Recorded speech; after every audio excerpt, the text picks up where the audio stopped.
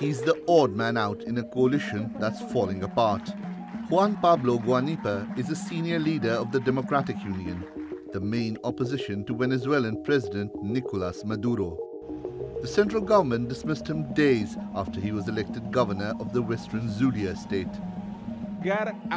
This is a vulgar power play by those who didn't have the votes and were defeated and want to stay in power. Guanipa was removed after refusing to swear loyalty to the Constituent Assembly. The Assembly is a kind of temporary parliament and has 545 members. 364 are directly elected and 181 are chosen from different social sectors. The Assembly supersedes the powers of the National Parliament and can rewrite the Constitution. But the opposition has boycotted elections to the Constituent Assembly. It says the body will only strengthen the rule of President Nicolas Maduro. 3 opposition politicians elected to the Táchira, Mérida and Nueva Esparta states broke ranks and pledged their loyalty to the Assembly, despite previously saying they wouldn't. It's the second major blow to the opposition this month. They were expected to sweep recent elections for governors, but only managed to win 5 out of 23 states. It's now left them dispirited and in disarray.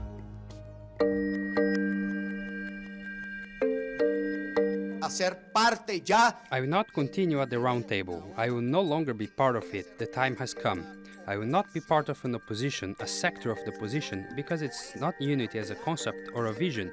It's just some people that grab the bones that are thrown at them. Infighting appears to be causing the Democratic Union to fall apart.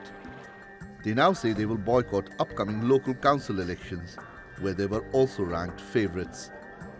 That strengthened President Maduro's hand. Vienen las elecciones de alcalde y alcaldesa, y como los números no le dan, huyen hacia adelante. Pero el llamado que hacen a sabotear el sistema electoral, el llamado que hacen a la violencia, el llamado que hacen al derrocamiento del gobierno legítimo, no lo voy a aceptar, no lo vamos a aceptar. All that as ordinary Venezuelans continue to face food shortages and a fractured economy. That means more protests.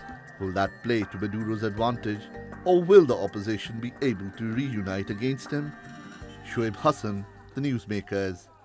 Well, to discuss this now, I'm joined from Caracas by Victor Amaya. He's a journalist and editor based in Venezuela. And from London, Latin America analyst Javier Farge, who has just returned from Venezuela. Thanks both so much for joining us. Victor, let me start with you. Why is what appears to be a crumbling opposition dangerous for Venezuela, in your opinion? The actual opposition, the alliance, was made to face electoral scenarios.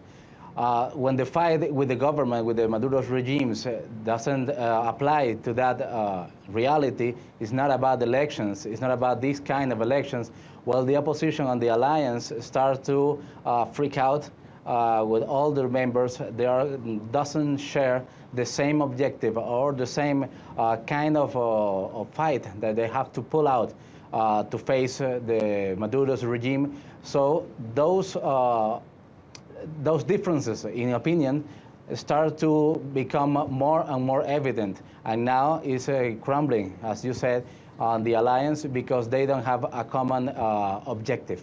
Okay, and where then does that leave Venezuelan voters, in your opinion? Well, with Maduro strengthening his power, like Maduro consolidating in power, and with all the answers as what will happen on the near future, on the political reality in the country, only depending on what the strongest alliance that the government alliance can be hold or can hold of the reality, because inside the government, that's not a monolithic movement. That's a group of people with common interests. But they also have their differences and their factions. And maybe in this scenario with the oppositions, looking at themselves in the mirror and looking no further from that image, the government is with all the power in his hands, and the alliance on the government is going to start to show their true faces and how they can face the social crisis and the economic crisis that the country really faces right now. Okay, Javier, is a stronger Maduro because of a weaker opposition good for Venezuela? Well, every democracy, every country needs a strong opposition to make the government accountable for their actions. Unfortunately, as our colleague in Venezuela has said rightly so, that opposition does not fulfill that role because of the divisions within the opposition. You have, on the one hand, the pragmatists, those who believe that the opposition should take part in elections, and others, the more extreme elements who just want to bring down the government and go to the streets and protest. And of course, there's been clashes between those two. I'm not saying about violent, but, a big debate about the whole thing. And of course, Maduro has come out as, stronger than before because of that. Again, my colleague in Venezuela is right when he says that the Chavista camp is not monolithic. There have been disagreements about the way the government is dealing with the economic situation in Venezuela, which is very serious. I've seen it by myself.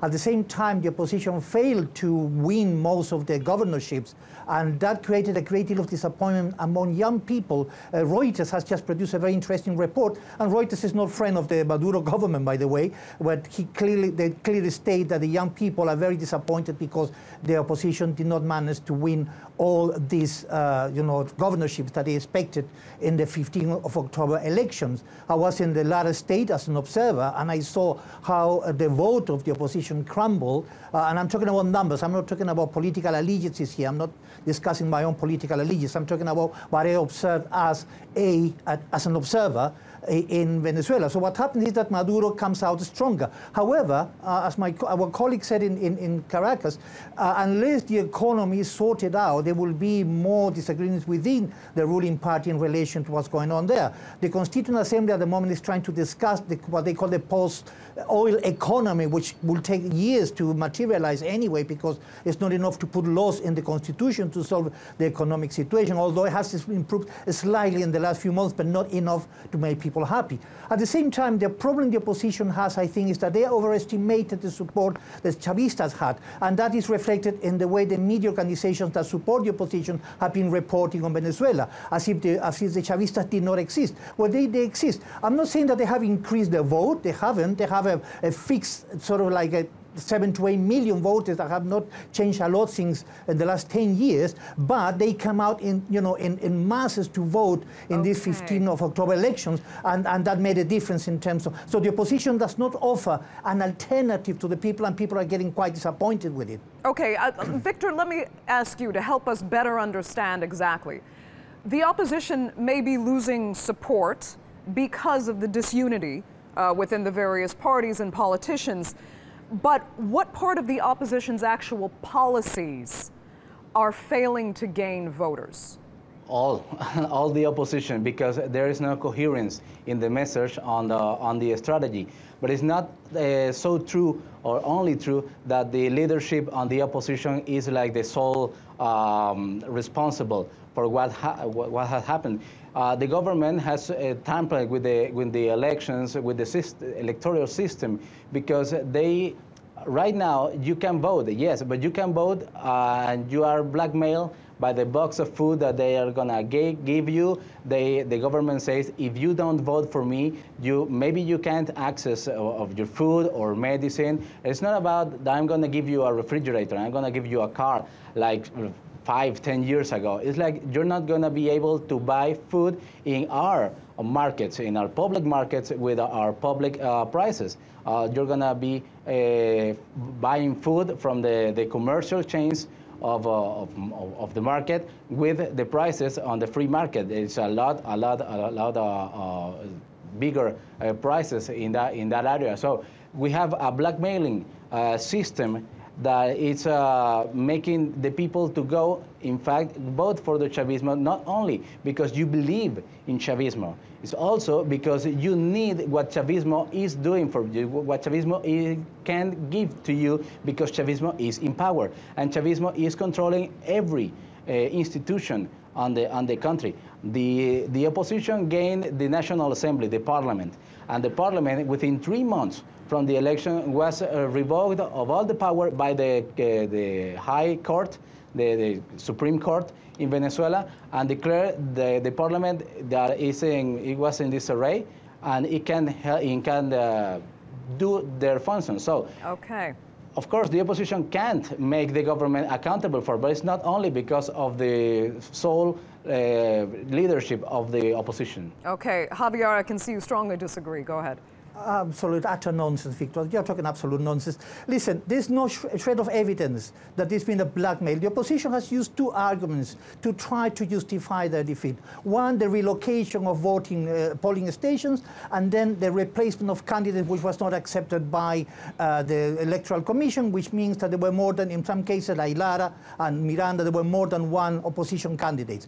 Those two arguments are completely out of the window because there was a deadline that the opposition did not fulfill to show the replacement candidates, and the relocation of polling stations in most of the states did not make a difference between the votes that the Chavistas got and the opposition got. You can go to Lara, where I was there. I never saw any attempt to blackmail anybody in terms of what to do. I saw the result before they was announced, and there was a huge gap between the opposition and the government, and therefore the Socialist Party won in Lara, a victory that was accepted by Henry Falconi, the actual candidate of the opposition. So if the opposition argues, as Victor says, that there was an element of blackmail, that people would not be given food or whatever if they didn't vote, why did they accept to take part in the 15th of October regional elections, if that was the case? If they had concerns about the way the vote had been rigged, and they have not showed a shred of evidence in relation to the actual fraud that they claim has happened, then why did they accept to take part?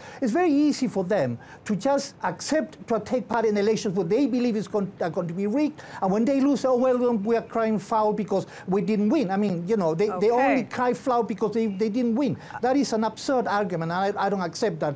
And I was there, and I'm sorry, I didn't see any evidence that was the case. Victor, I'll let you give a quick response to that. Go ahead. Yeah, that's right. The opposition accepted to go under these rules, but the problem is not only those two factors. Of course, they have effect on the results, but also you have since 10 years ago you have been emptied for meaning the vote. When the opposition won the mayoral in Caracas, the mayor of Caracas, Alcaldía Metropolitana, the government emptied the competences of that dispatch, and they created a parallel government in Caracas, and they have been doing that on every time the opposition wins one electoral post. But also, we have the government from years from now inhabilitating possible candidates and possible leadership. We have Enrique Capriles can run for office. Leopoldo Lopez can run for office. Manuel Rosales now can, but 15 days ago didn't, was able to run for office. So you have a government that is selecting to which people they want to face on an election. It's a problem with more than just two denounces. And on this election from 15 days ago, on Estado Bolívar, there are evidence that the numbers that were counted by the machines are one numbers, and the numbers finally released by the government, by the Electoral Council, were another. So there were rigged elections, manual voting, manual totalization in Bolívar that has not been addressed. Okay. Javier, I know you disagree on that. You don't believe the elections were rigged at all. But I just need to ask Victor quickly, because we're focusing on the disarray of the opposition here. Victor, I need to get your take on this. Are the 4 governors that broke ranks with the opposition coalition that were sworn in against the policy, are they sellouts, or in your opinion, did they really just do what they had to do because the opposition is so fragmented now? I believe they did what they had to do if they wanted to take their places under the charges that they were elected for. Okay, so it wasn't worth trying to maintain the unity of this opposition coalition by, okay. Javier, I'll give you a minute then quickly if you do want to passionately respond to what you heard. Go ahead. Sure. I agree that the Bolívar state should be audited. because there could be some reasons for the opposition to have a complaint, although they have not shown, there's a discrepancy between the official figures and what the opposition has, and the figures that the opposition have might be rigged as well, so we don't really know that. The rest of the states, they all accepted victories and defeats. Indeed, the opposition won in two crucial states, Zulia and Táchira, which are on the border with Colombia. If the government wanted sort of to manipulate things, they could have manipulated two key states, and they didn't do that. In relation to the opposition, as I said at the beginning of this conversation, every government, every country needs a strong opposition. But an opposition that they don't know what they want to do, whether they want to take part or not, or you have disagreements within the opposition, they don't have a clear alternative plan to solve the economic situation, people will lose more and more confidence, and they would rather stick to the devil they know rather than the devil they don't know. The opposition is not offering any valid alternative to the Venezuelan people, and that's why they are losing support from the young people, as Reuters reported, and from the voters who decided not to give them the same confidence they gave them in the National Assembly elections in 2015. The opposition has to pull themselves together and offer an alternative to the Maduro government. For as long as they don't do that, and they just want to bring down the government in any possible means, then they will continue to fail. You have, for the far right to the far left in the opposition, they don't seem to agree in basics of how to solve the situation in Venezuela. For as long as that happens, then they will never be in power because they will not show a clear alternative. And Venezuelans are not fools. They know exactly what's going on there. Okay. Victor, where do you think this leaves then the opposition now? What can be its next steps? Do you think they'll try to maintain this kind of broad coalition and even go on to finally start directly negotiating with the government? I think they are obligated to go as a one force because next year, 2018, we have a presidential election, and whether or not they go to this municipality election or these local elections in December, that has not been announced in what date they're going to be, violating the law. The presidential election is going to be next year, and if they want to defeat Maduro's or the PSUV or the Chavismo movement by the electoral route, they have to organize themselves. They have to define a common strategy and a common communication, a common message to understand and to talk with those persons that are some kind of empowered for one day because of the protest that was protagonism in Venezuela this year, but also with that people that are just being coerced by the government because of the access of the food and the medicine and the social crisis that is really, really, really bad. Javier, go ahead. I agree that the opposition should pull themselves together. I doubt that they will find a candidate because different parties within the opposition are playing their own game. Acción Democrática, the old social democratic party that was in power for many years in Venezuela, they won 4 out of the 5 opposition victories in the governorship. They are playing their own game within the opposition. They seem to be the strongest party at the moment. Other parties like Capriles, other people like Capriles, they don't want to be part of that opposition. I don't see how they can get a unified candidate when they don't really agree among themselves on how to do and where to participate or not. So I find it very difficult that they will find a candidate in the little time that's left that will give an advantage to the Chavistas, obviously, who will have to campaign very hard to maintain Maduro in the power. So we don't really know what's going to happen. Again, I believe that the opposition should pull themselves together because every democracy needs a strong opposition to take, to make the governments accountable. If they don't do that, then they cannot expect to have the confidence of the Venezuelan people, and they will only have themselves to be blamed for that, and not the Chavistas and some kind of fictional accusations of fraud and manipulation. But they really need to put themselves together, and I really hope they succeed, actually. Okay, Javier, I will let you have the last word. Unfortunately, we're out of time for this segment. Javier Farge and Victor Amaya joining us there from Caracas. Thanks both so much for being on the Newsmakers. Thank you.